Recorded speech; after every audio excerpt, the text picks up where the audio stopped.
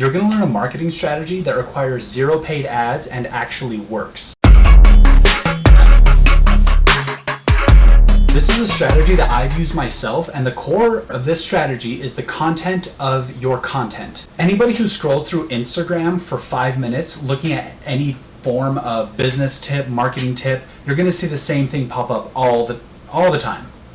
Stop making content and start providing value. Not every post should be a sales pitch. Now, while that idea is true, they never explain how to actually provide value. I'm going to explain a strategy to you that I have used before that actually provides value. All this content is providing value to your clients. It's also designed to provide value to anybody else who is watching the content and anybody else who might be a customer. It's a sales pitch as well. It's all of that bundled into one. Now, keep in mind that this content was curated specifically for the business that I was running at the time, but the concepts and principles behind it you can still apply to your own business. So just a quick overview of what it was that I was doing was I was on TikTok. That was pretty much the only social platform that we were using. What I was doing was reviewing people's websites. If I back up just a second, the purpose of our business was to design people's websites for them and fix people's broken, shitty websites. So I was thinking to myself one day, like, how can I provide value to not just one specific person, but anybody else who might happen to watch this video?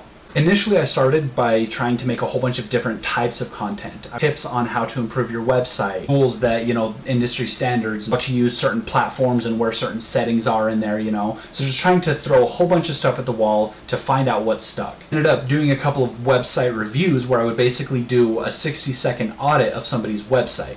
In this audit, I made sure to not really narrow it down to things that exact website needed. It did need the things that I was suggesting, but also they were concepts, and I was teaching them in a way that anybody else watching would learn, oh, that's how I should have my buttons. Oh, I should put these, whatever they are, over here pretty much every time I make a website. Initially, when I started doing this, I was just doing it for free for anybody who asked. But one video went viral. Viral is cool, but it can be your worst enemy. It is not always a fun thing, especially if it's, attached to sales. You can get overwhelmed very quickly, and that's exactly what happened to me. I had a list of maybe like 250 different websites that I had actually typed up. I didn't even type up all of them. This gave me a list of websites that I could go through, and it was basically a curated list of content specific for me. So I basically jam-packed as much information, valuable, helpful information as possible into every single one of these website reviews. It actually got to the point where I had to start charging people for the website reviews because there was just way too many. I actually ended up being able to monetize these videos a lot more through paid website reviews than I ever would have been able to monetize through just standard TikTok monetization. So that's something to keep in mind. People will pay you for your content.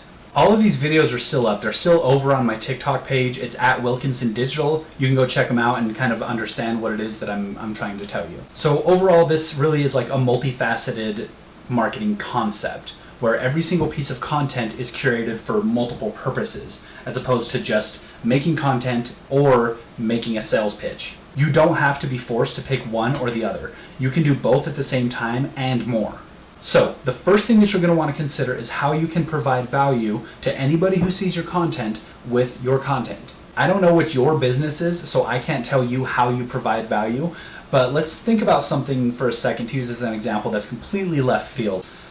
I'm looking around my office trying to get an idea of something that you could market that would be difficult to find like a way to add value to, and I just can't. Alright, screw it. Let's say that you're trying to sell socks. Now, initially, right off the bat, you have a couple of options. One, you can just make a whole bunch of entertaining videos, people sliding around on socks or something like that. You can provide a sales post, which really is just saying, hey, look, these socks are for sale. Nicest, smoothest socks you'll ever wear. They're so comfortable, whatever. Everybody knows that that's just a sales pitch. I want to emphasize again, there's nothing wrong with these two. I'm not saying don't use those types of content, but there's a third type.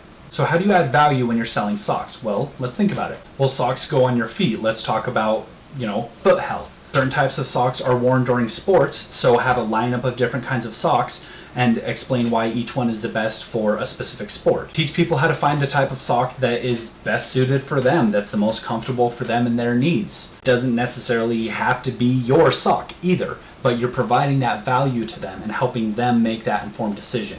Regardless of how you go about all of this, the thing to keep in mind is you do not want to end these pieces of content with, oh, here's our sock is the best, like whatever, your foot's unhealthy, well, our sock is going to solve that, here's the value is the product. No, you need to be providing value with your content and your product. Your product is valuable one way or another, and everybody watching your content already knows that.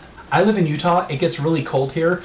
I know the value of thick, comfortable, warm socks are going to keep my feet warm in the winter. But I didn't know that using ankle socks is a better style when you're wearing a certain type of shoe versus wearing heel socks. I don't know if that's actually true, I just assume it is, but you feel me, right? Another thing to keep in mind when you're considering all of this is you have a community of people who are willing to help make content for you.